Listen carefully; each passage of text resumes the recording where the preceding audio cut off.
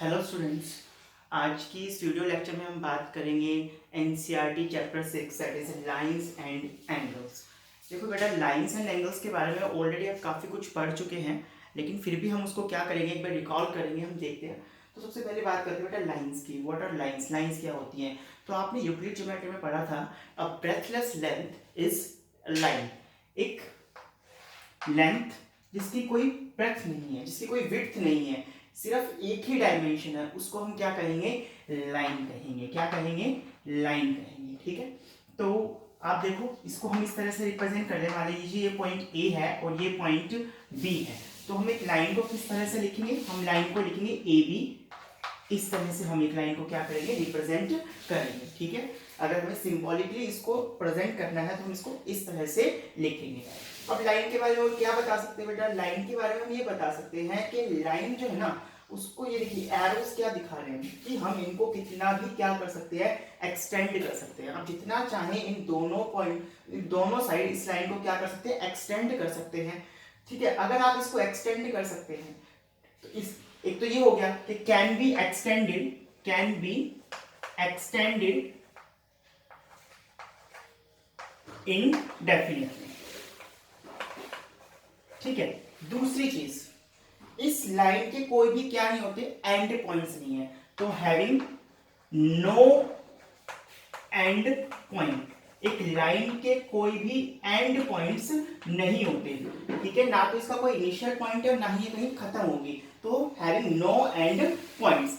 तीसरी चीज बेटा, having no definite length, having no definite length, इसकी कोई फिक्स लेंथ भी नहीं होगी। लाइन की क्या नहीं होगी? कोई भी फिक्स नहीं लेंथ नहीं होगी। तो लाइन के बारे में क्या देखा कि इसको हम कितना भी एक्सटेंड कर सकते हैं दोनों साइड, इसके कोई एंड पॉइंट नहीं है और इसकी कोई डेफिनेट लेंथ नहीं होती। तो ये क्या है? लाइन। अब नेक्स्ट आते बेटा रे।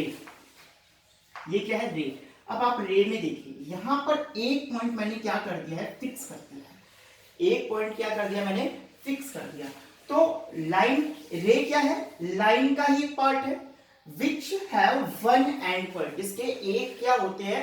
एंड पॉइंट होगा, एक एंड पॉइंट होगा, उसको हम क्या कहेंगे? रे कहेंगे। ठीक है। तो part of a line which have one end point is known as a ray. ठीक है। इसको भी हम कितना भी एक्सटेंड कर सकते हैं। अब ये नहीं है कि आप एरो इधर है तो आप इसको इधर ही एक्सटेंड कर सकते हैं, आप इधर भी एक्सटेंड कर सकते हैं। ठीक है। तो रे को कितना भी एक्सटेंड किया जा सकता है, तो वही can be extended इंडेफिनिटली। And point की बात करें तो इसके पास एक एंड पॉइंट है। ठीक है। और लेंथ की बात करें तो क्या इसकी लेंथ डेफिनेट होगी? नहीं, इसकी लेंथ डेफिनेट नहीं होती है। तो रे की भी लेंथ डेफिनेट नहीं होगी। ठीक है। तो कैन बी एक्सटेंडेड इंडेफिनेटली। ठीक है। और no having one end point and having no definite length. तो ये थी रे। और इसके बाद बात करें बेटा तो ये है लाइन सेगमेंट। अगर हाँ, एक बार देखो, देख लीजिए कि इसको रिप्रेजेंट कैसे करेंगे। तो इसको रिप्रेजेंट करने का तरीका होगा ए बी, और जिस साइड देखिए एरो है तो उसी पे हम क्या लगा देंगे? जैसे बी के, बी वाली तरफ क्या एरो है तो हम बी पे ही क्या लगा देंगे? इस तरह से एरो लगा देंगे। ठीक है। अब आप देखिए ए बी, ये लाइन सेगमेंट है, इसके दो एंड पॉइंट्स है। देखिए, तो हम लाइन सेगमेंट को किस तरह से डिफाइन करेंगे? A part of a line, a part of a line which has two end point, जिसके क्या होंगे? दो एंड पॉइंट्स होंगे, उसको हम क्या कहेंगे? लाइन सेगमेंट कहेंगे। क्या कहेंगे? Line segment. तो देखिए बेटा, लाइन सेगमेंट को भी हम, देखिए लाइन सेगमेंट को भी क्या कर सकते हैं? इनडेफिनिटली क्या कर सकते हैं? एक्सटेंड कर सकते हैं। ठीक है। आपने पढ़ा था यूक्लिड ज्योमेट्री में पोस्टुलेट 2 की terminated line, a terminated line can be extended indefinitely। एक टर्मिनेट लाइन को हम कितना भी एक्सटेंड कर सकते हैं। तो टर्मिनेटेड लाइन को ही हम क्या कहते हैं? लाइन सेगमेंट कहते हैं। उस टर्मिनेटेड लाइन को ही हम क्या कहते हैं? लाइन सेगमेंट कहते हैं। तो याद रखेंगे, लाइन सेगमेंट को भी हम दोनों साइड कितना भी क्या कर सकते हैं? एक्सटेंड कर सकते हैं। ठीक है। इसके दो एंड पॉइंट होंगे। और लेंथ की बात करें तो ये याद रखना है कि जो लेंथ होगी ना लाइन सेगमेंट की, वो क्या होगी? फिक्स होगी। ठीक है। लाइन सेगमेंट की लेंथ क्या होगी? फिक्स होगी। ठीक है। तो ये थी आपके पास लाइन। तो अब देख लेते हैं, इसको भी हम कितना भी एक्सटेंड कर सकते हैं, इसको भी हम एक्सटेंड कर सकते हैं, और इसको भी हम दोनों साइड कितना भी क्या कर सकते हैं? एक्सटेंड कर सकते हैं। इसमें कोई को एंड पॉइंट नहीं होता, इसमें एक एंड पॉइंट होता है और लाइन सेगमेंट में दो एंड पॉइंट्स होते हैं।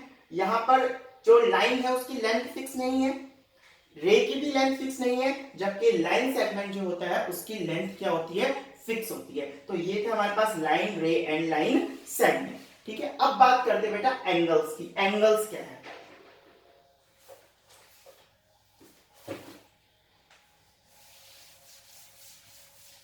अब आप देखिए दो रेज है, ठीक है, और उन दोनों रेज का, ये दो रेज है, एक OA और एक OB। इन दोनों रेज का एंड पॉइंट जो कॉमन पॉइंट है, एंड पॉइंट है दोनों रेज का जो एंड पॉइंट है वो कॉमन है। ठीक है, यानी कि ये दोनों की दोनों जो रेज हैं OA और OB, ये दोनों सेम पॉइंट से ओरिजिनेट हो रही है, सेम पॉइंट से निकल रही है। तो हम क्या कहेंगे, इस तरह की जो फिगर बनी इसी को हम क्या कहेंगे, एंगल कहेंगे। क्या कहेंगे बेटा, एंगल कहेंगे। तो जब दो रेज एक दूसरे को क्या करे, एक पॉइंट पे इंटरसेक्ट करे, तो the figure formed is known as the angle. उसको हम क्या कहेंगे, एंगल कहेंगे। ठीक है, और ये जो कॉमन पॉइंट है ना, ये कॉमन पॉइंट दोनों रेज का कॉमन पॉइंट है, इसको हम क्या कहेंगे, वर्टेक्स। Vertex of angle. क्या कहेंगे बेटा, वर्टेक्स ऑफ एंगल। ठीक है, अब आप देखो ये OA, दो साइड्स दिख रही है आपको, OA और OB। ठीक है, ये OA और ये OB जो है ये क्या कहलाएंगे, इनको हम कहेंगे आर्म्स ऑफ द एंगल। क्या कहेंगे, आर्म्स ऑफ द एंगल कहेंगे। क्या कहेंगे बेटा, आर्म्स ऑफ द एंगल। ठीक है, इसके बाद ये देखिए, मान लीजिए ये OA जो है ये जैसे OB पे है, तो ये धीरे धीरे इस तरह से रोटेट हो रही है, जैसे घड़ी की सुई रोटेट होती है, तो इस तरह से ये भी क्या हो रही है, इस तरह से रोटेट हो रही है। तो ये अमाउंट ऑफ रोटेशन कि OA OB से कितना रोटेट हो गया, इसको हम क्या कहेंगे, इसको हम कहेंगे बेटा मेजर ऑफ एंगल। क्या कहेंगे, मेजर ऑफ एंगल, जिसको हम डिग्री में मेजर करते हैं। ठीक है, इसकी और भी यूनिट्स होती है जैसे रेडियन, लेकिन अभी हम किसकी बात करेंगे, सिर्फ डिग्री की बात करेंगे। तो इसको हम क्या कहेंगे, मेजर ऑफ एंगल। ठीक है, ये OA जो है ये OB से कितना रोटेट हो चुका।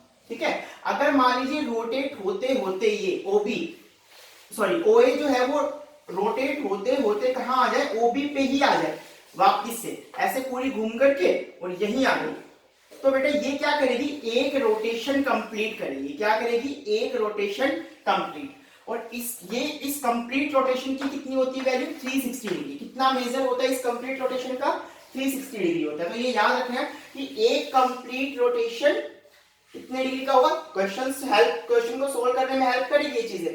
तो एक कंप्लीट जो रोटेशन है वो कितने डिग्री का होगा, 360 डिग्री का होगा। याद रखना इस चीज को, one complete rotation is equals two of 60 degree, वो 360 डिग्री का होगा। तो आपको समझ में आया, जहां पर दोनों रेस एक दूसरे को मीट करती हैं, या फिर ये कहें कि जो कॉमन पॉइंट है दोनों रेस का उसको हम वर्टेक्स कहेंगे। जो दो आपको OA और OB रेज नजर आ रही है इनको आर्म्स ऑफ एंगल कहेंगे। OA OB से कितना रोटेट हुआ है उस अमाउंट को हम मेजर ऑफ एंगल कहेंगे। ठीक है, और जब एक कंप्लीट रोटेशन पूरा होता है, OA जो है वो OB से स्टार्ट होकर वापस से OB पे आ जाएगी, तो उसको हम कहेंगे एक कंप्लीट रोटेशन हो गया। और उस कंप्लीट रोटेशन की वैल्यू कितनी होगी बेटा, 360 डिग्री होगी। उस कंप्लीट रोटेशन की वैल्यू कितनी होगी, 360 डिग्री होगी। ठीक है, आगे बात करते हैं बेटा। तो आगे देखिए हम कुछ एंगल्स के टाइप की बात करेंगे, टाइप्स ऑफ एंगल्स।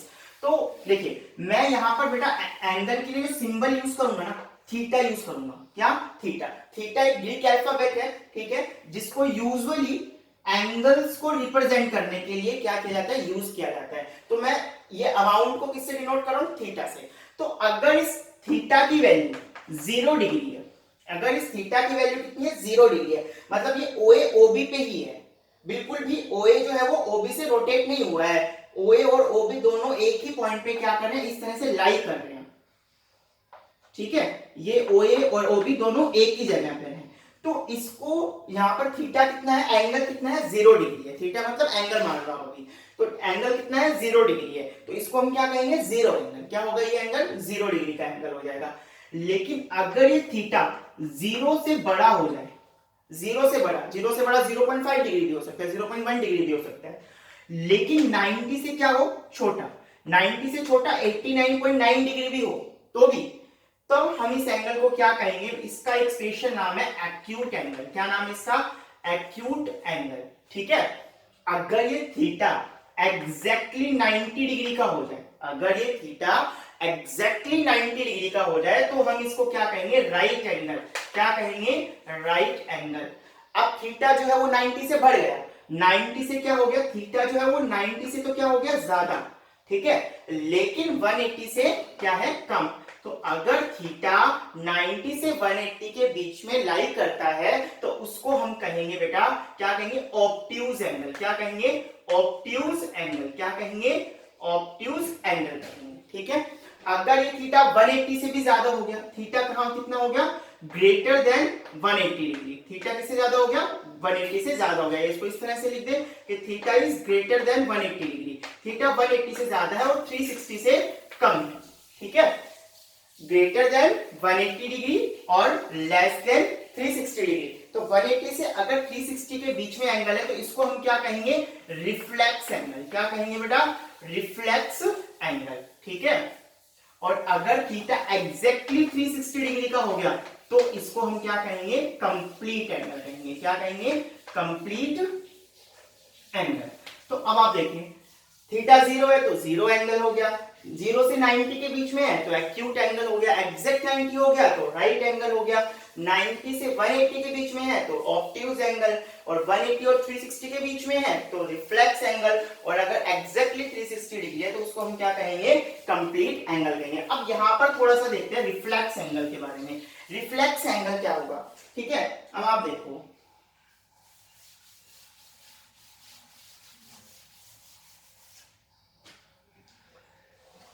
ये है, मान लीजिए ये, इसको हम इस तरह से क्या करें? मेजर करें। तो ये देखिए, ये एंगल 180 तो यहां होता है। देखो स्ट्रेट लाइन जब बनेगी ना, मान लीजिए ये O है, ये A है, B है और ये A है। ठीक है।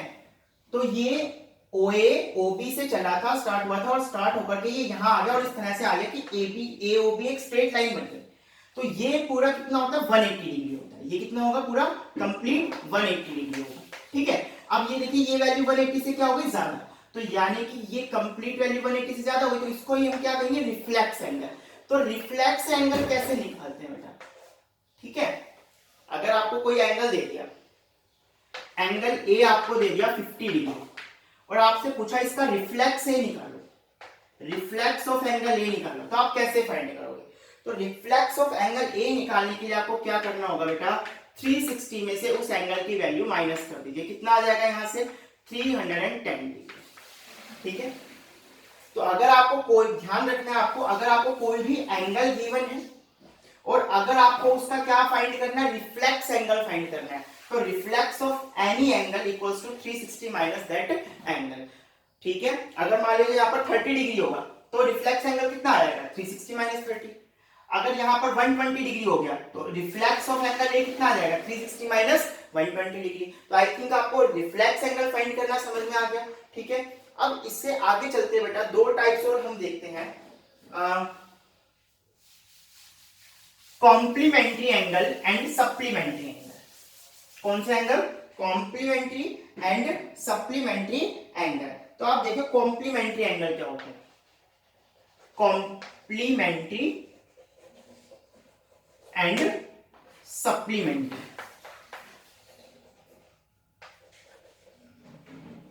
तो बेटा ऐसे एंगल्स जिनका सम कितना हो? 90 डिग्री हो, ऐसे एंगल्स जिनका सम कितना डिग्री हो? 90 degree. Angles whose sum is of 90 degree are called complementary angles, and angles whose sum is of 180 degree, ऐसे एंगल जिनका सम 180 डिग्री हो उनको हम क्या कहेंगे? सप्लीमेंट्री एंगल कहेंगे। क्या कहेंगे? Supplementary angle. तो दो चीजें आपको समझ में आ गई। कॉम्प्लीमेंट्री एंगल क्या होते हैं? सप्लीमेंट्री। 90 डिग्री सम रखने वाले एंगल सप्लीमेंट्री कहलाएंगे और जिन एंगल का सम 180 डिग्री होगा उनको हम सप्लीमेंट्री एंगल कहेंगे। ठीक है। अब आप देखिए, मान लीजिए आपको ये बोल दिया गया, find the complementary angle of 60 degree. 60 degree का कॉम्प्लीमेंट्री एंगल फाइंड कीजिए। मतलब यहाँ के दो एंगल है, एक एंगल ए है, मान लीजिए ये 60 डिग्री है, और एक एंगल बी है जो ए का क्या है, कॉम्प्लीमेंट है, ये एक्स मान लेते हैं। अब यहाँ पर ए और बी दोनों कॉम्प्लीमेंट्री एंगल है, तो कॉम्प्लीमेंट्री एंगल का सम कितना होता है, 90 डिग्री होता है, यानी कि 60 प्लस एक्स कितना होना चाहिए बेटा, 90 होना चाहिए। तो एक्स कितना आ गया, 90 माइनस 60, यानी कि कितना आ गया, 30 डिग्री। और अगर वही ये बोल देता find the supplementary angle of 60 degree, तो हम क्या करते, 60 प्लस एक्स किसके इक्वल रख देते, 180 के इक्वल। क्यों, क्योंकि सप्लीमेंट्री एंगल का सम कितना होता है, 180 डिग्री। तो यहां से एक्स की वैल्यू कितनी आ जाती, 180 माइनस 60, यानी कि 120 डिग्री। क्लियर आपको, कितनी आती है यहां से वैल्यू, 180 माइनस 60 यानी कि 120 डिग्री। ठीक है, तो ये था आपका कॉम्प्लीमेंट्री और सप्लीमेंट्री एंगल। मान लीजिए एक क्वेश्चन और आ गया, और देख लेते हैं कि find two angles of same measure, find two complementary angles which are of same measure, दो एंगल है भाई, which are of same measure, दोनों एंगल जो है वो सेम मेजर के, मतलब उन दोनों का जो सेम डिग्री के हैं। ठीक है, एंगल की वैल्यू सेम है और दोनों कॉम्प्लीमेंट्री भी है। तो आप बताइए कि वो एंगल कितने कितने डिग्री के होंगे। तो हम मान लेते हैं बेटा एक एंगल एक्स है, दो एंगल है ए एंड बी, दोनों कॉम्प्लीमेंट्री एंगल है, तो कॉम्प्लीमेंट्री है तो इन दोनों का सम कितना होना चाहिए, 180 डिग्री होना चाहिए। अब ये दोनों क्या है, इक्वल भी है, बोला ना which are of same measure, दोनों क्या है, सेम मेजर के, मतलब दोनों की सेम डिग्री है, डिग्री एंगल सेम डिग्री के है। तो अगर एंगल ए को मैं x मान लूं तो एंगल बी भी कितने डिग्री का होगा, x डिग्री का ही होगा। अगर एंगल ए को मैं x डिग्री मान लूं तो एंगल बी भी कितने डिग्री का होगा, x डिग्री का ही होगा, क्योंकि दोनों का मेजर सेम है। तो यहां पर a की जगह x डिग्री लिख सकते हैं और b की जगह भी x डिग्री लिख सकते हैं, इज इक्वल टू 180 डिग्री। ये हो गया बेटा 2x equals to 180 degree and x is equals to कितना आ गया, 180 degree by 2 and that is of 90 degree. तो x कितने डिग्री का आ गया, 90 डिग्री का आ गया। x की वैल्यू कितनी आ गई, 90 डिग्री। सॉरी कॉम्प्लीमेंट्री बेटा, सॉरी कॉम्प्लीमेंट्री है तो आप 90 लिखेंगे, इन दोनों का सम कितना लिखेंगे, 90 डिग्री। कॉम्प्लीमेंट्री एंगल्स का सम कितना होता है, 90 होता है। तो यहां से आ गया 2x is equal to 90 and x is equal to 90 by 2 यानी कि 45 डिग्री। अगर सप्लीमेंट्री होता तो दोनों एंगल 90 डिग्री के आते हैं, और यहां पर अगर कॉम्प्लीमेंट्री तो दोनों एंगल कितने डिग्री के आ गए, 45 डिग्री के आ गए। ठीक है, तो अगर दो कॉम्प्लीमेंट्री एंगल इक्वल मेजर के हैं तो दोनों एंगल 45 डिग्री के होंगे, और अगर दो सप्लीमेंट्री एंगल सेम मेजर के हैं तो वो 90 डिग्री के होंगे। ठीक है, अब इसमें थोड़ा सा एंगल में और देखते हैं बेटा, बात करते हैं।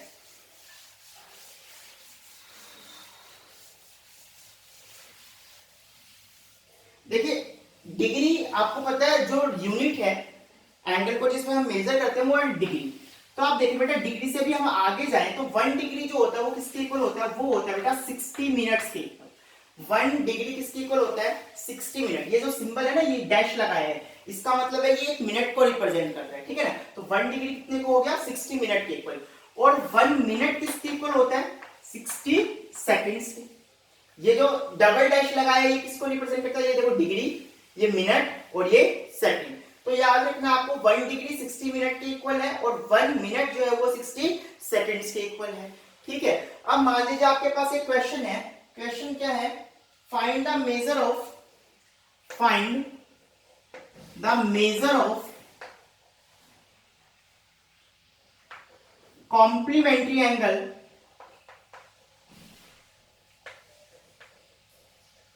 ऑफ 48 डिग्री 36 मिनट और 24 सेकंड।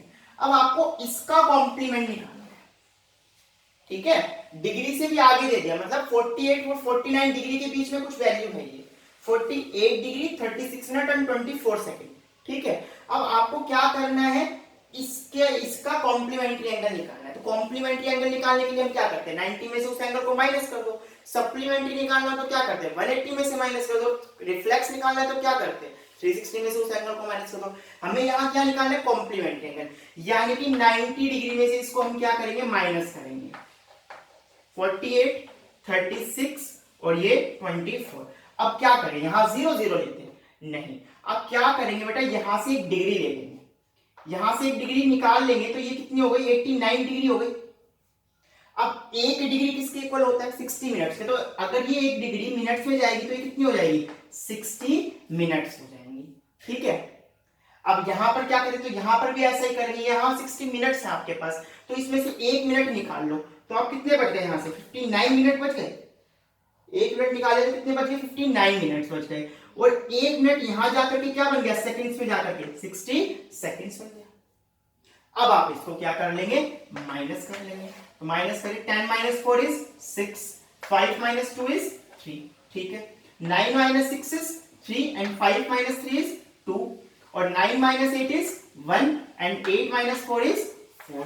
तो आपका आंसर क्या आ गया, इस एंगल का कॉम्प्लीमेंट्री एंगल क्या आ गया, 41 डिग्री 23 मिनट एंड 36 सेकंड। ये आ गया इस एंगल का कॉम्प्लीमेंट।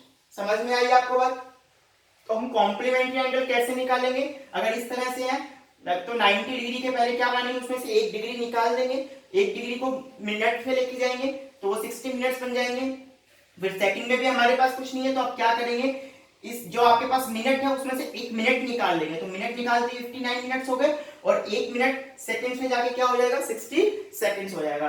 ठीक है, तो ये था आपका इस टाइप का। अगर आपके पास कोई क्वेश्चन आता है तो आप उसको किस तरह से अटेम्प्ट करेंगे। आगे चलते बेटा, अब आगे हम देखें तो एग्जाम्स आपने पढ़ी होंगी, बताया था आपको यूक्लिड में कि एग्जाम्स ऐसे अजम्पशंस होते हैं जिनको किसी प्रूफ की जरूरत नहीं होती। ठीक है, ऐसे अजम्पशंस है जो यूनिवर्सली क्या करते हैं, through out the mathematics applicable होते हैं और जिनको किसी तरह के किसी प्रूफ की क्या नहीं होती, जरूरत नहीं होती, उनको हम क्या कहते हैं, एग्जाम्स कहते हैं। तो हम दो एग्जाम देखेंगे। एग्जाम जो 1 है आपके पास, इस 6.1 की बात करें जो इस चैप्टर के अकॉर्डिंग, तो एग्जाम 6.1 क्या कहती है बेटा, कि ये आपके पास एक लाइन है, ए बी क्या है, एक लाइन। ठीक है, ए बी क्या है, एक लाइन। अच्छा, इससे पहले ना, एग्जाम से पहले हम एक चीज और देखते हैं, एडजेसेंट एंगल देखते हैं। पहले हम एडजेसेंट एंगल समझते हैं, उसके बाद हम इसके ऊपर जाएंगे। ठीक है, एडजेसेंट एंगल देखते हैं। अब भाई बात यह है कि दो एंगल्स को हम एडजेसेंट एंगल कब करेंगे, दो एंगल्स आपके पास, उन दो एंगल्स को आप एडजेसेंट एंगल कब करेंगे। तो तीन चीजें आपको ध्यान रखनी है एडजेसेंट एंगल के लिए, तीन चीजें आपको ध्यान रखनी है। Number 1, having same vertex. वो जो दो एंगल्स जिनको आप एडजेसेंट एंगल बताने जा रहे हैं, उनका जो वर्टेक्स है ना, वो सेम होना चाहिए। अब मान लीजिए आपके पास ये एंगल है ए ओ बी और एक एंगल है सी डी ई। अब ये दोनों एंगल कभी भी क्या नहीं हो सकते, एडजेसेंट एंगल नहीं हो सकते, क्योंकि इसका वर्टेक्स ओ है और इसका वर्टेक्स डी है, दोनों के वर्टेक्स अलग अलग है, इसलिए ये कभी भी क्या नहीं हो सकते, एडजेसेंट एंगल नहीं हो सकते। ठीक है, तो सबसे इंपॉर्टेंट चीज उनका वर्टेक्स सेम होना चाहिए। सेकंड चीज, हैविंग वन आर्म कॉमन, दोनों में एक आर्म कॉमन होनी चाहिए। देखो एक एंगल में दो आर्म होती है, तो उन दो में से दोनों एक एक आर्म क्या होनी चाहिए, कॉमन होनी चाहिए। जैसे मान लो यहां देखो आप,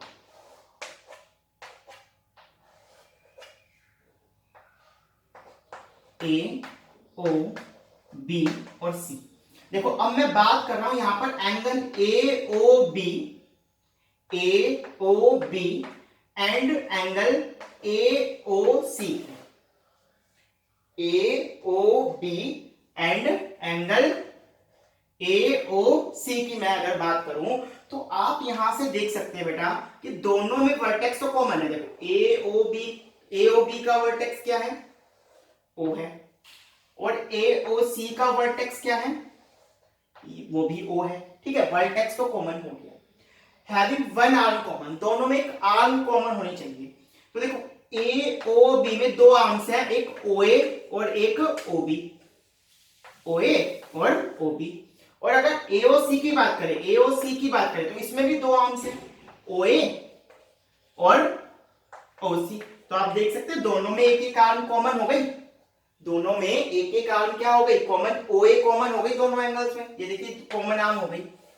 ठीक है, तो ठीक है, ये दो कंडीशन, ये दोनों एंगल दो कंडीशन सेटिस्फाई कर रहे हैं। तीसरी कंडीशन क्या है?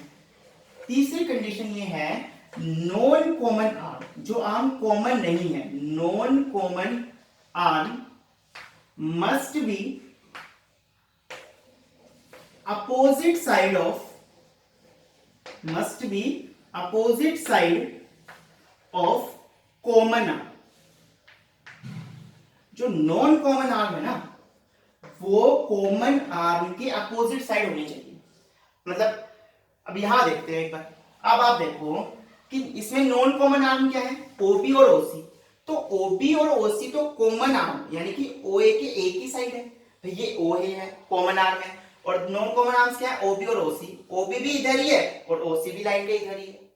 तो इसका मतलब ये दो जो एंगल है AOB और AOC, ये दोनों एंगल थर्ड वाली जो कंडीशन है उसको सेटिस्फाई नहीं कर रहे। इसका मतलब क्या है, इसका मतलब ये है कि AOB और AOC, AOB और AOC ये दोनों एडजेसेंट एंगल नहीं है। ये AOB है और ये AOC है, ये दोनों एडजेसेंट एंगल नहीं है। लेकिन अगर मैं बात करूं angle AOB, angle AOB and angle BOC की, इसकी AOB इस एंगल की और BOC इस एंगल की, तो ये देखो एडजेसेंट एंगल होंगे। कैसे? दोनों का वर्टेक्स कॉमन होना चाहिए। देखो AOB में वर्टेक्स O है, BOC में भी वर्टेक्स O है, यानी कि वर्टेक्स तो कॉमन हो गया। पहली सिचुएशन से जो कंडीशन है वो सेटिस्फाई हो गई। दूसरी एक आर्म कॉमन होनी चाहिए। तो AOB में आप देखो कौन कौन सी आर्म है, OA है और OB है। और BOC में कौन सी आर्म है, BOC में OB और OC। तो देखिए आप OB आर्म दोनों में कॉमन हो गई, OB आर्म दोनों में क्या है, कॉमन। अब नॉन कॉमन आर्म क्या है, OA। तो OA जो है वो लाइन के इस साइड है और इसमें क्या है नॉन कॉमन आर्म, OC। तो OC जो है वो लाइन के इस साइड है, यानी कि तीसरी कंडीशन भी सेटिस्फाई हो गई। यानी कि एंगल AOB और एंगल BOC जो है वो एडजेसेंट एंगल्स की तीनों सिचुएशन को क्या, कंडीशंस को क्या कर रहे हैं, सेटिस्फाई कर रहे हैं। इसका मतलब AOB, AOB और BOC दोनों क्या है, एडजेसेंट एंगल हैं। तो दोनों में कॉमन वर्टेक्स है, एक कॉमन आर्म है और जो नॉन कॉमन आर्म है वो कॉमन आर्म के अपोजिट साइड है। तो इसका मतलब ये दोनों कौन से एंगल हैं, ये दोनों कौन से एंगल हैं, एडजेसेंट एंगल के पेयर हैं। ठीक है, अब आगे बढ़ते हैं। अब देखते हैं बेटा linear pair, axiom 5.1 linear pair axiom.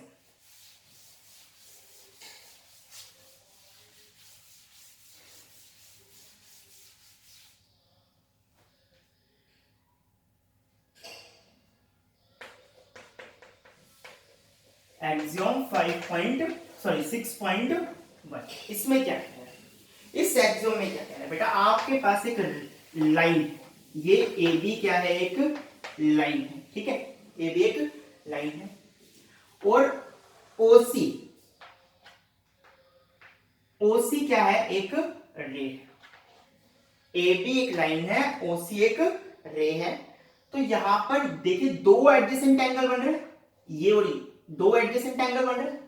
देखिए दोनों में एक वर्टेक्स कॉमन है, AOC और BOC में वर्टेक्स हो गया कॉमन O, OC दोनों में कॉमन आर्म हो गई।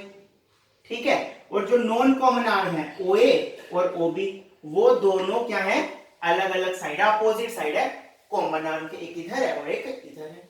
तो ये दोनों कैसे एंगल हो गए, एडजेसेंट एंगल। तो अगर आपके पास एक स्ट्रेट लाइन है और एक रे वहां पर दो क्या बनाती है, दो क्या बना रही है, एडजेसेंट एंगल बना रही है। तो इन दोनों एडजेसेंट एंगल्स का जो सम होगा वो होगा 180 डिग्री। तो यहां से क्या कह सकते हैं, AOC प्लस BOC इन दोनों एंगल्स का सम कितना होगा, 180 डिग्री। इसी को हम क्या कहते हैं, लीनियर पेयर एक्सियम। क्या कहते हैं बेटा, लीनियर पेयर एक्सियोम। इस एक्सियोम को किसी की, इस स्टेटमेंट को किसी प्रूफ की जरूरत नहीं है क्योंकि ये एक एक्सियोम है। ठीक है, तो आपको समझ में आ गया कि एक लाइन, एक स्ट्रेट लाइन के ऊपर एक रे है, तो वो दो एडजेसेंट एंगल फॉर्म कर रही है, तो उन दोनों एंगल्स का सम कितना होगा, 180 डिग्री होगा। क्लियर हो गई आपको ये बात? ठीक है, अब आप आगे देखो। अब आप देखेंगे बेटा कि एक्सियोम 6.2 क्या है। तो एक्सियोम 6.2 जो है वो इसका कन्वर्स है, इसका उल्टा, कि ये क्या है, दो एंगल्स है, मान लीजिए ए ओ सी, और एक और एंगल है, दो एडजेसेंट एंगल है ए ओ सी और बी ओ सी, और इन दोनों एंगल का सम क्या हो जाए, 180 डिग्री हो जाए। तो इन दोनों एंगल्स की जो नॉन कॉमन आर्म्स हैं वो क्या बनाएंगी, एक स्ट्रेट लाइन बनाएंगी। तो अगर दो एडजेसेंट एंगल का sum, if sum of two adjacent angle is of 180 degree,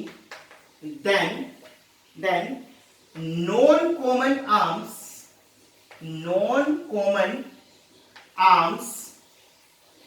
will make a straight line या will form a straight line। ठीक है, अगर दो एडजेसेंट एंगल का सम 180 डिग्री हो जाए, यहां पर हमें सिर्फ इतना गिवन है कि मान लीजिए एंगल 1 और एंगल 2 है, तो 1 + 2 जो है वो 180 डिग्री है।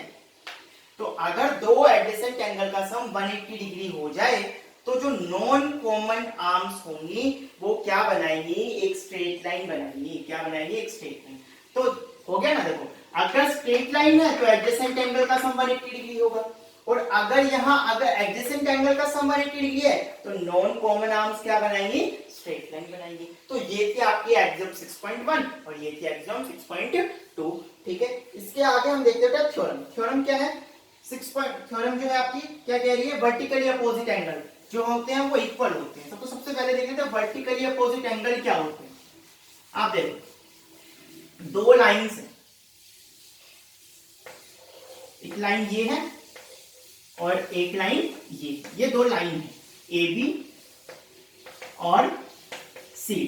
ठीक है, दो लाइन हो गई, ये दोनों स्ट्रेट लाइन से ये। ठीक है, ये दोनों लाइनें एक पॉइंट पे इंटरसेक्ट कर रही है, ओ पे।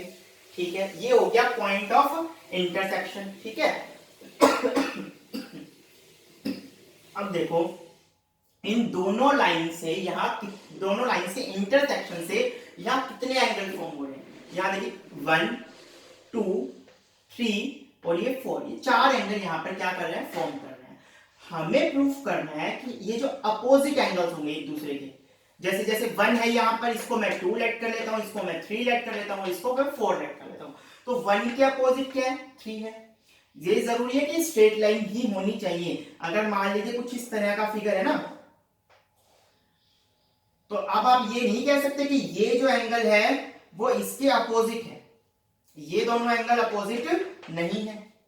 ठीक है, या फिर ये एंगल को आप कह दो ये इसके अपोजिट है, ये एंगल इसके अपोजिट नहीं है। क्यों नहीं है, मतलब ये दोनों अपोजिट हो गए मान लो तो भी इक्वल नहीं है।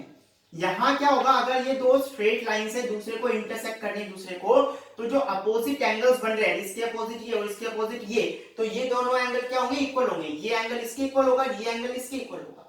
1 3 के इक्वल होगा, 2 4 के इक्वल होगा। लेकिन यहां अगर आप कहें कि ये 1 2 3 और 4 बन रहे हैं, तो 1 और 3 या 2 और 4 एक दूसरे के इक्वल नहीं होंगे। क्यों नहीं होंगे, क्योंकि ये कोई एक स्ट्रेट लाइन नहीं है, ये स्ट्रेट लाइन नहीं है, या ये स्ट्रेट लाइन नहीं है। ठीक है, तो स्ट्रेट लाइंस का होना जरूरी है। वर्टिकली अपोजिट एंगल तभी होंगे जब लाइंस, जो इंटरसेक्टिंग लाइंस है वो स्ट्रेट लाइंस होंगी। ठीक है, यहां पर तो ये क्या है, 1 2 3 4 रेज हैं।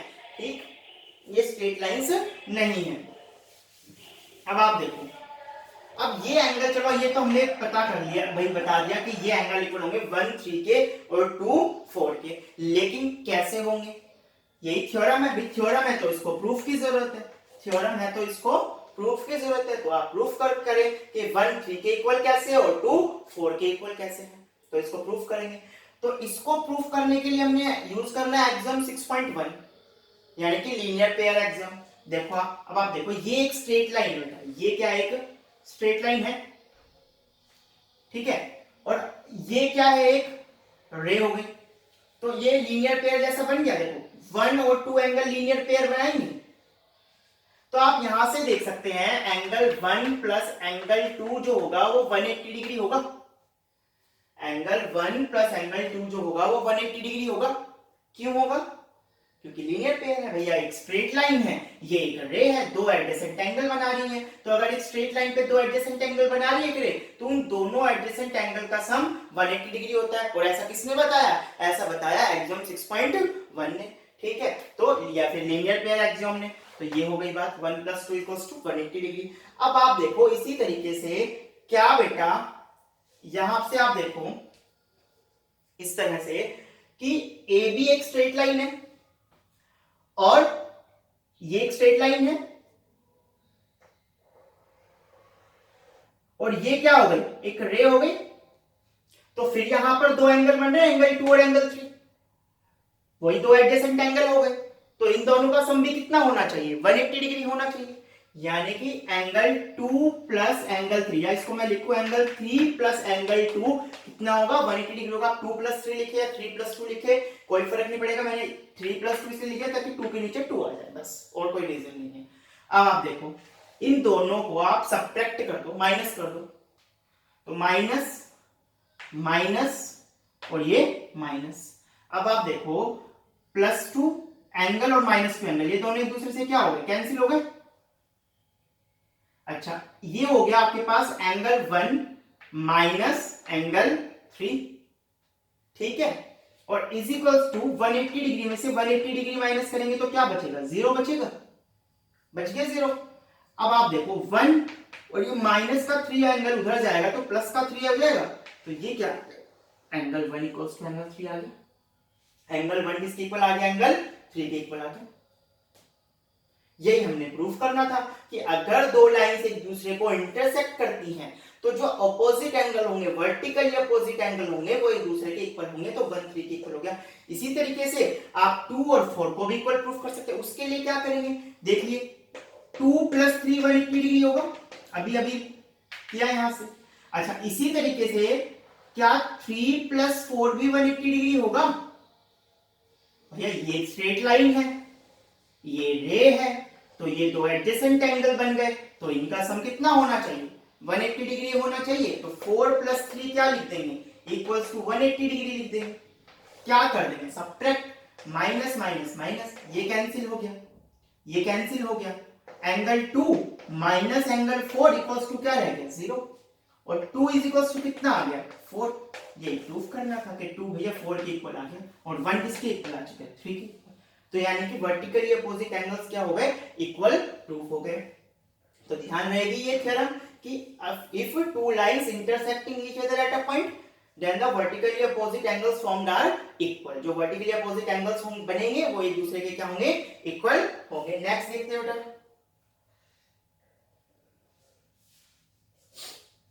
अब करते कुछ क्वेश्चंस इस पे।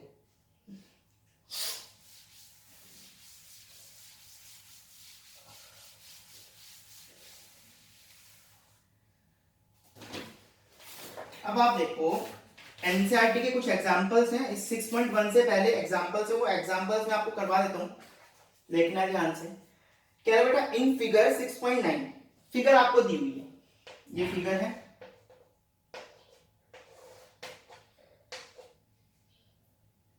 P Q O R और S, ठीक है। अब कह रहा है ये दोनों O पॉइंट पे क्या करेंगे? PQ और RS जो है वो O पॉइंट पे एक दूसरे को इंटरसेक्ट करेंगे, ठीक है। इफ एंगल POR ये एंगल POR ये एंगल, ठीक है, और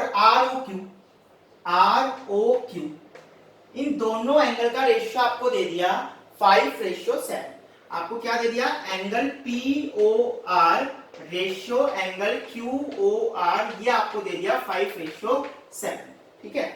तो आपसे पूछा गया फाइंड ऑल एंगल्स। अब आपको सारे एंगल बताने हैं, ये भी बताना है, ये भी बताना है, ये भी और ये भी। आप कैसे बताएंगे? देखो अगर एक पता चल जाए तो बहुत आसान हो जाएगा काम। देखो हम मान लेते हैं यहां से दोनों का रेशियो कितना है 5:7 है, तो आप लेट कर लो कि angle POR equals to 5x and angle QOR equals to 7x। POR equals to 5x और QOR इक्वल्स टू 7x, ठीक है। अब आप एक चीज और ध्यान देंगे कि भैया ये तो एक लाइन है, ये तो एक लाइन है और ये कर रही है, तो अभी और यहाँ पर दो एडजेसेंट एंगल बन रहे हैं। अरे एक लाइन, एक रे और दो एडजेसेंट एंगल, अभी अभी पढ़ा, ये तो लीनियर पेयर बना रहे, लीनियर पेयर बना रहे, तो इन दोनों एंगल का सम कितना होना चाहिए 180 डिग्री। तो हम यहां से ये लिख सकते हैं कि angle POR plus angle QOR इन दोनों का सम कितना होना चाहिए? इन दोनों का सम होना चाहिए 180 डिग्री। क्यों होना चाहिए? लीनियर पेयर एक्सियम से होना चाहिए, लीनियर पेयर एक्सियम, ठीक। अब आप देखो POR को तो आपने 5x मान लिया, तो आप इस POR की जगह क्या लिखते 5x, और इस QOR को तो आपने क्या मान लिया 7x, तो इसको आप क्या लिख लें 7x इक्वल्स टू 180 डिग्री। अब आप देखो 5x प्लस 7x कितना हो जाएगा ये हो गया आपके पास 12x, और 12x इक्वल्स टू आ गया आपके पास 180 डिग्री। और यहां से आप देखेंगे x इक्वल्स टू कितना आ गया 180 degree bye 12 that is 15 degree. x कितना आ गया 15 डिग्री आ गया। लेकिन ये तो x आया है, हमें तो सारे एंगल फाइंड करने हैं, तो POR तो बहुत आराम से निकाल लेंगे ना। POR कितना है 5x है, तो 5 इंटू 15, भाई 5x का मतलब क्या है 5 मल्टीप्लाई x, तो 5 मल्टीप्लाई x आ चुका 15, तो 5 मल्टीप्लाई 15 कितना हो गया 75 डिग्री। इसी तरह से QOR कितना होगा, QOR ये कितना हो जाएगा 7x, आपने माना था QOR 7x है, तो 7 इंटू x कितना आ चुका है, x आ चुका है 15 डिग्री, तो ये हो गया आपके पास कितना 105 डिग्री, ठीक। ये कितना हो गया 105 डिग्री। आप देखिए इनका वेरीफाई भी कर सकते हैं, इनका सम करके देखो 180 आ रहा है कि नहीं आ रहा। 5 और 5 10 कैरी किया 1, 7 और 1 8 और 180 आ गया ये सम, यानी कि बिल्कुल सही है हमारा काम। अब आप देखो ये आ गया एंगल 75 डिग्री, ये एंगल आ गया 105 डिग्री, ठीक है। अब आप देखो अगर ये 75 है तो ये कितना होगा, ये भी तो 75 ही होगा। क्यों होगा? अरे अभी अभी तो थ्योरम पढ़ी है कि अगर दो लाइंस एक दूसरे को इंटरसेक्ट करती हैं तो जो वर्टिकली अपोजिट एंगल बनेंगे वो एक दूसरे के इक्वल होंगे। तो भैया ये इसके वर्टिकली अपोजिट एंगल तो ये है, तो अगर ये 75 है तो ये भी 75 होगा। और भैया इसके वर्टिकली अपोजिट एंगल ये है, ये दोनों वर्टिकली अपोजिट एंगल है, तो ये दोनों इक्वल होंगे। तो अगर ये 105 है तो ये भी तो 105 ही होगा। देखो अब सारे एंगल पता है कि नहीं पता, चार एंगल से चारों के चारों आपने फाइंड करके बता दी। समझ में आई बात? तो सबसे पहले हमने क्या किया, दो एंगल्स का रेशियो दिया हुआ था और वो दोनों जो पेयर था, जो दो एंगल्स हमें दिए हुए थे वो लीनियर पेयर बना रहे थे, तो रेशियो से मैंने उनको एक को 5x मान लिया और एक को 7x मान लिया। अगर ये रेशियो 3:4 होता तो मैं एक को 3x सेलेक्ट कर लेता, एक को 4x सेलेक्ट कर लेता। दोनों क्या बना रहे हैं, लीनियर पेयर बना रहे, तो दोनों का सम कितना होना चाहिए 180 होना चाहिए। तो एक 5x प्लस 7x कितना होना चाहिए 180 होना चाहिए। 12x 180 हो गया और x की वैल्यू कितनी आ गई 15 डिग्री आ गई। अब आपको x की वैल्यू पता चल गई और आपके जो दो एंगल आपने लेट किए थे वो x की फॉर्म में लेट किए थे, x की वैल्यू आपको पता चल गई। यहाँ पर x की वैल्यू हम क्या कर देंगे पुट कर देंगे, एक 75 आ जाएगा, एक 105 आ जाएगा। अब ये एंगल इसके अपोजिट है तो ये भी 75 और ये एंगल इसके अपोजिट है तो ये भी 105 होगा। तो ये सिंपल सा क्वेश्चन था आपका। नेक्स्ट क्वेश्चन देखते हैं बेटा, बड़ा इंपॉर्टेंट क्वेश्चन है, देखो क्या कह रहे हैं।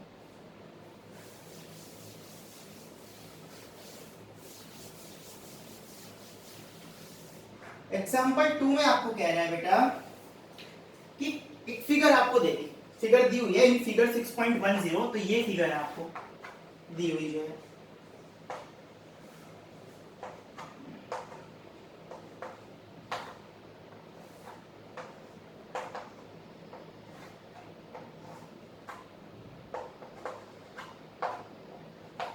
देखिए क्या कह रहा है, कह रहा है in figure 6.10 ray OS ray O S stands on a line POQ। आपको ये दे दिया कि POQ एक लाइन है, POQ एक लाइन है और OS इसके ऊपर रे है।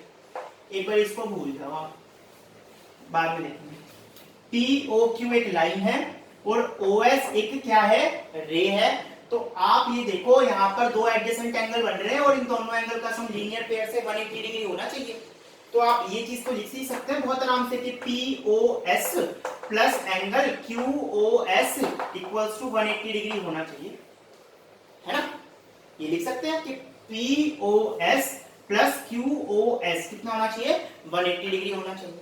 उसके बाद क्या कह रहा है, उसके बाद ये कह रहा है बेटा कि OR and OT R angle bisectors of POS and SOQ। सबसे पहले बात करें OR। OR क्या है, ये OR है और ये है एंगल बाइसेक्टर किसका, POS। POS ये एंगल है, दिख रहा आपको, और ये जो रे है ना OT सॉरी OR, ये इस एंगल को क्या करिए, बाइसेक्ट करिए। बाइसेक्ट मतलब क्या होता है, बाई दो और सेक्ट काटना, दो इक्वल पार्ट में काटना होगा।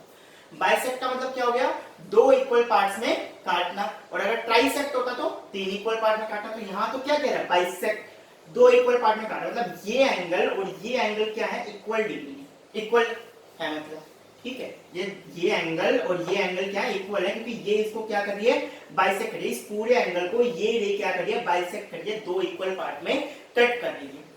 अच्छा, इसी तरीके से OT जो है वो SOQ को, OT जो है वो SOQ इस एंगल को क्या कर रही है, बाइसेक्ट, मतलब ये और ये इक्वल है, ये और ये इक्वल है और ये इक्वल है, ठीक है।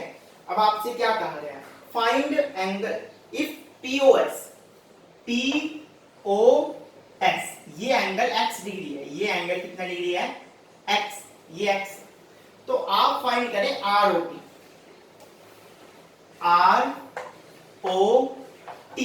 ये आपको फाइंड करना है, ये वाला एंगल बताना है, ये एंगल बताना है, ये कितना होगा,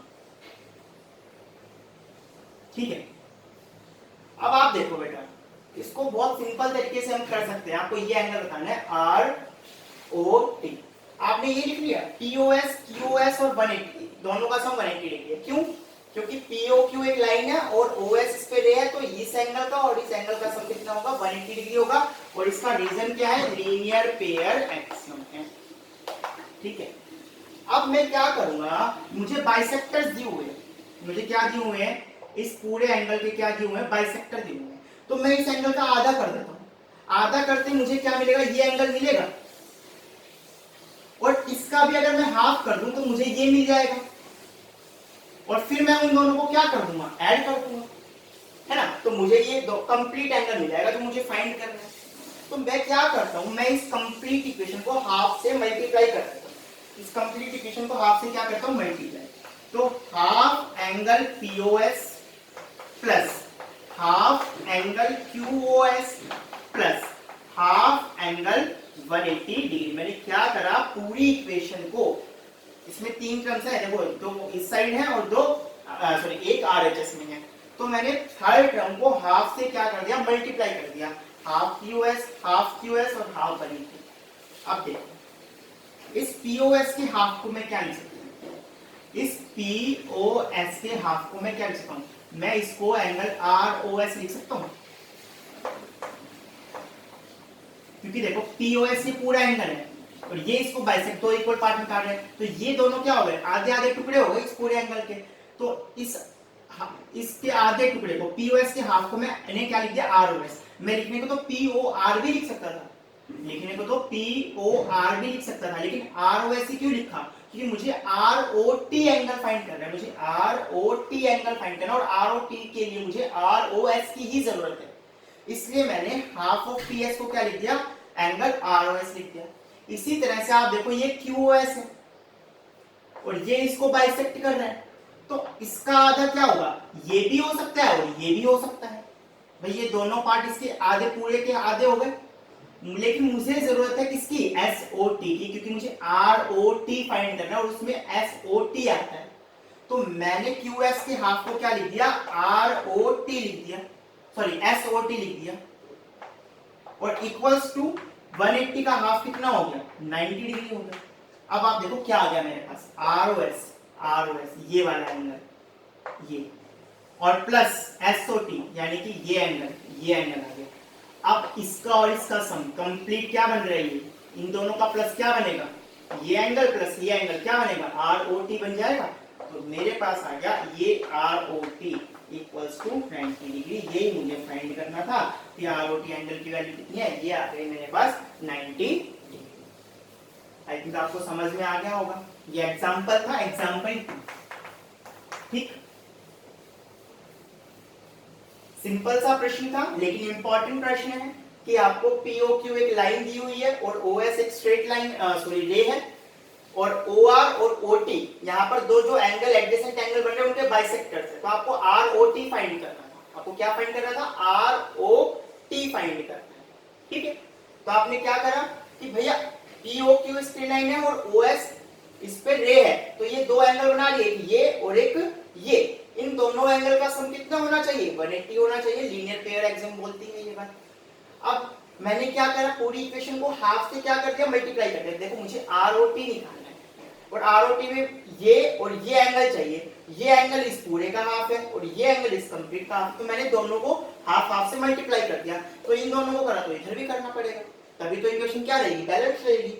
तो हाफ पीओएस को मैंने क्या लिख दिया, R O S, half Q O S को क्या लिख दिया, एस ओ टी, और यहां पर 180 का हाफ हो गया 90।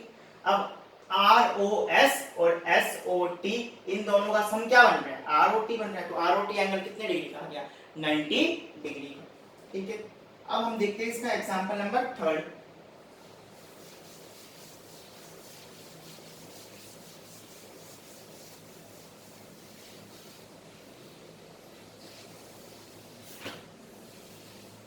एग्जाम्पल छोड़ देखो बेटा, आपको क्या कह रहा है कि इन फिगर 6.11 फिगर दी हुई आपको,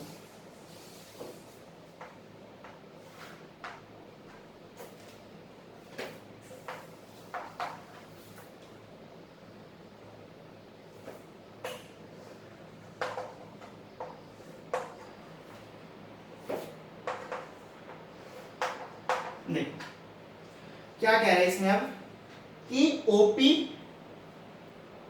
ओक्यू, ओ आर और ओ एस ये चार रेज है, चारों का पॉइंट कॉमन क्या है, ओ है, कॉमन पॉइंट ओ है। आपको प्रूफ करना है कि पीओक्यू यानी कि ये angle plus Q O R, Q O R plus R O S और प्लस पी ओ एस, इन चारों एंगल्स का सम 360 डिग्री, इन चारों एंगल्स का सम क्या होगा, 360 डिग्री होगा। तो हम इसमें लिखेंगे बेटा गिवन, हमें गिवन क्या है, हमें गिवन है कि OP, OQ, O R and O S are 4 rays, ये क्या है, 4 रेज हैं, ठीक है। प्रूफ क्या करना है आपको, आपको प्रूफ ये करना है कि angle POQ plus Q O R plus R O S plus S O Q, हाँ sorry P O S, P O Q, Q O R O S plus P O S, इन सबका sum कितना है, 360 degree, ठीक है बेटा। इसको proof करने के लिए अब आपको क्या करनी पड़ेगी, कंस्ट्रक्शन करनी पड़ेगी अपनी तरफ से, ठीक है। आपको क्या करना है, यहां से आप एक क्या बनाइए, रे बनाइए, इस सॉरी जो OQ रे है ना इसको एक्सटेंड कर दें, OQ को क्या कर दें, एक्सटेंड कर दें, तो ये क्या बन जाएगी, एक लाइन बन जाएगी, एक तरह से क्या बन जाएगी, लाइन। इसका नाम रख देते हैं हम टी, रख देते हैं OT। OQ एक रे थी, इसको मैंने क्या कर दिया, OT तक एक्सटेंड कर दिया, तो अब ये क्या बन गई, TQ क्या बन गई, एक लाइन बन गई, TQ क्या बन गई, एक लाइन। अब यहां देखो मैं एंगल्स बने 1 2 3 4 और 5, इनके नाम भी मैं ऐसे देता हूं, एंगल 1, एंगल 2, एंगल 3, एंगल 4 और ये एंगल 5, ठीक। ये TQ एक लाइन है और OP क्या है, एक रे। OP क्या है, एक रे। तो ये एंगल 1 और ये एंगल 2, एंगल 1 एंगल 2, कौन सा एंगल बन रहा है, लीनियर पेयर बना रहे हैं। तो एंगल 1 प्लस एंगल 2 कितना होगा, 180 डिग्री हो जाएगा लीनियर पेयर से, हो गया। अच्छा, इसी तरीके से यहां आप देखो कि TQ एक स्ट्रेट लाइन है और ये क्या है, OR एक रे है। तो ये एंगल और ये एंगल का सम कितना होगा, मतलब angle TOR plus angle QOR, ये TOR है और ये QOR है, ये इन दोनों का सम कितना होगा, 180 डिग्री होगा लीनियर पेयर से, ये भी लीनियर पेयर से हो जाएगा।